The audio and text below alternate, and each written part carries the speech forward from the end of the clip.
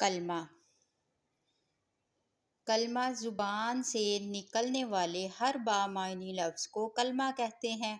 اس کی 3 اقسام ہیں۔ نمبر 1 اسم، نمبر 2 فعل، نمبر 3 حرف۔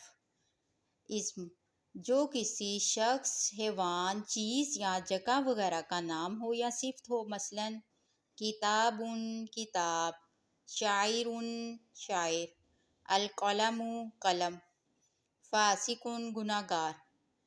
فعل جس کلمے سے کام کے ہونے یا کرنے کا پتہ چلے اور کوئی زمانہ بھی پایا جائے، مثلا عبد اس نے عبادت کی، خلق اس نے پیدا کیا۔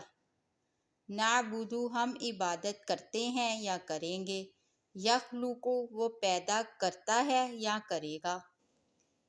حرف وہ کلمہ ہے جو نہ اسم ہو نہ فعل، بلکہ اسموں اور فعلوں کو آپس میں ملانے کا کام دے، اور اگر الگ استعمال ہو تو کوئی فائدہ نہ دے، مثلا فی میں، من سے، علی پر، الی طرف۔